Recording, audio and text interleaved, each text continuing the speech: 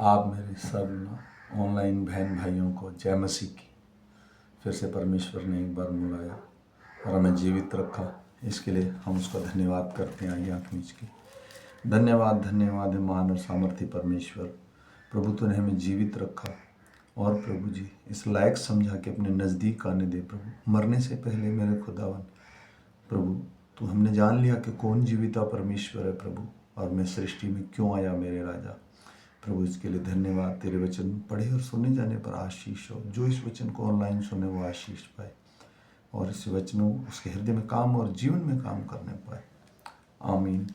मैं ये वीडियो सिर्फ मसीह लोगों के लिए बनाता हूँ, अन्यथा इसका और किसी से कोई लेना देना नहीं है।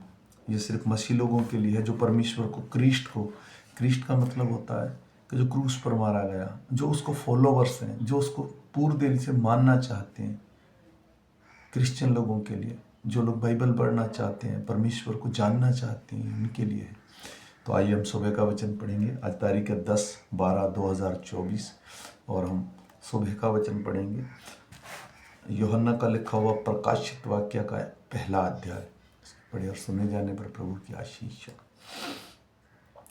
मसीह यीशु का प्रकाशित वाक्य जो उसे परमेश्वर के लिए दिया कि अपने दासों को वे बातें जिनका शीघ्र होने वाला है दिखाए, और उसने अपने स्वर्गदूत को भेजकर उसके द्वारा अपने दास यूहन्ना को बताया, जिसने परमेश्वर के वचन और यीशु मसीह की गवाही अर्थात जो कुछ उसने देखा था उसकी गवाही दी। धन्य है वे जो इस भविष्यवाणी के वचन को पढ़ता है और वे जो सुनते हैं और इसमें लिखी हुई बातों को मानते हैं, क्योंकि समय निकट है।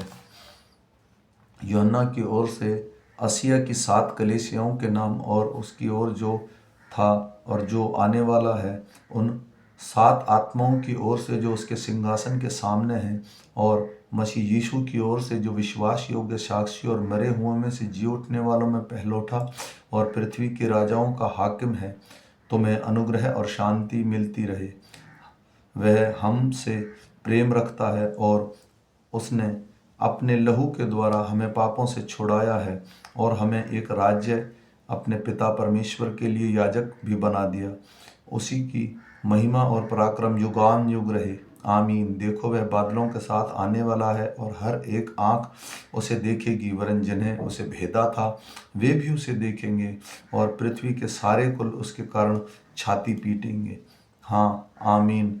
परमेश्वर, प्रभु परमेश्वर जो है और जो था और जो आने वाला है, जो सर्वशक्तिमान है, वह कहता है, मैं अल्फा और ओमेगा हूँ।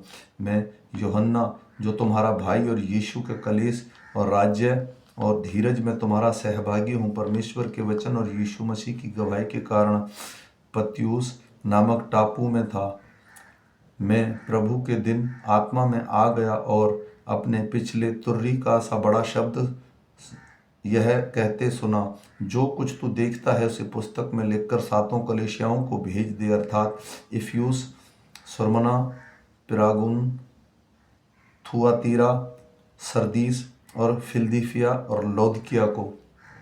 तब मैंने उसे जो मुझसे बोल रहा था देखने के लिए अपना मुंह फेरा, और पीछे घूमकर मैंने सोने के 7 दीवटें देखी, और उन दीवटों के बीच में मनुष्य के पुत्र सादृश का एक पुरुष को देखा, जो पाँव तक का वस्त्र पहने हुए, छाती पर सोने के पटुका बांधे हुए था।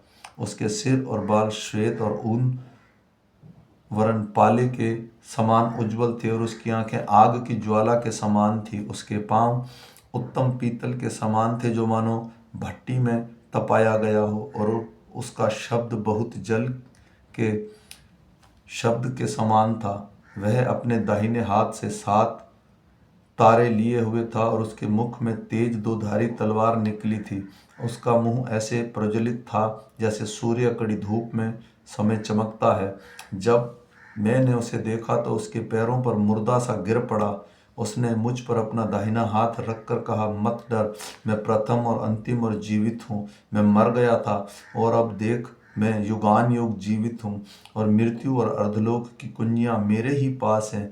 इसलिए जो बातें तूने देखी हैं और जो बातें हो रही हैं और जो बातें इसके बाद होने वाली हैं उन सब को लिख ले, अर्थात इन 7 तारों का भेद जिन्हें तूने मेरे दाहिने हाथ में देखा था, और उन 7 सोने के दीवटों का भेद। वे 7 तारे 7 कलीसिया के दूत हैं और वे 7 दीवट 7 कलीसियाएं हैं। आमीन फिर आमीन। तो परमेश्वर का ये वचन है, इसके पढ़े और सुने जाने पर आशीष होती है। और मैं विश्वास करता हूँ हम सब ने इसको सुना और हम दिन भर काम पर जाएंगे, पवित्र आत्मा हमारे संग रहेगा, प्रभु हमारी मदद करेगा। हम फिर शाम को मिलेंगे, क्योंकि कितने लोग घर से निकलते हैं और वह शाम को वापस नहीं पहुंच पाते। इसलिए मैं विश्वास करता हूं हम सब शाम को फिर मिलेंगे परमेश्वर के अनुग्रह से और सही सलामत। सबको जय मसीह की। फिर मिलेंगे शाम के वचन के साथ।